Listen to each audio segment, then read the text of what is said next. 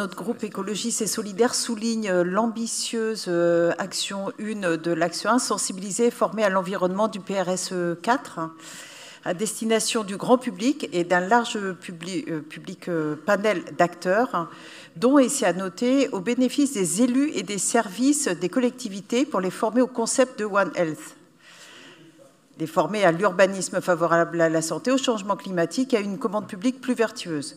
Souvenons-nous que les membres de la Convention citoyenne pour le climat se sont tout d'abord formés avant de proposer des mesures de façon éclairée et en toute responsabilité, même si depuis, ces mesures très réalistes ont été détricotées. Alors formés pour évaluer les graves menaces aussi qui continuent de peser sur la santé, et je veux parler là des nouveaux EGM. Monsieur Angenot, j'aurais voulu vraiment avoir votre candeur sur les solutions agricoles qui sauraient apporter des solutions miracles.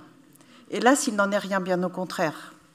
Je veux alerter ici sur le projet porté par la Commission européenne depuis quelques mois de réglementation des nouvelles techniques génomiques NTG qui sont des OGM déguisés. Cela remet en cause 30 années de lutte qui ont abouti à l'interdiction de la culture d'OGM. L'introduction des végétaux issus des NTG dans la nature et la méconnaissance de leur effet sur l'environnement ou sur la santé pose des questions fondamentales pour l'avenir de notre agriculture, de notre alimentation et donc de notre santé. D'ailleurs, aujourd'hui, en Europe, l'édition génomique est classée dans la catégorie des OGM, tous interdits à la culture. Au nom de la compétitivité et par un tour de passe-passe, la Commission européenne entend accéder à la demande des grands semenciers de la puissante organisation syndicale COPA-COGECA, dont la branche française est la FNSEA, assouplir la réglementation pour une partie des NGT, dits de catégorie 1, qui seraient considérés comme équivalents aux variétés conventionnelles.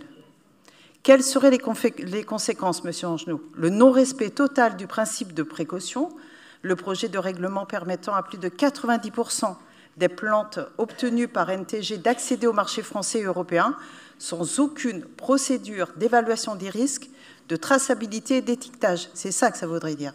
La suppression de la clause de sauvegarde qui empêcherait un État membre d'interdire une plante OGM NTG qui mènerait à une perte de souveraineté nationale.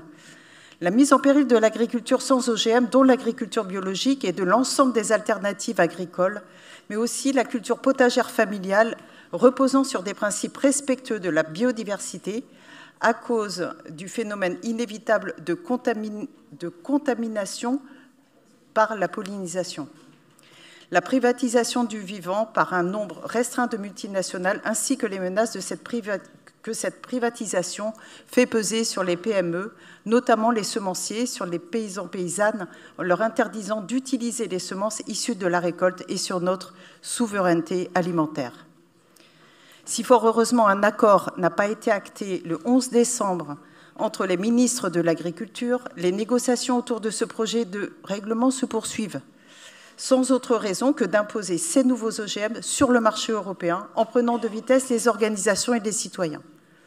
Ce projet de dérégulation est largement rejeté par les paysans, la filière biologique, de nombreux élus, les distributeurs, associations, protection de l'environnement.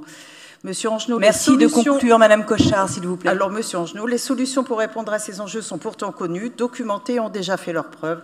L'agriculture biologique et l'agroécologie, entre autres, merci, Madame Cochard. C'est fini.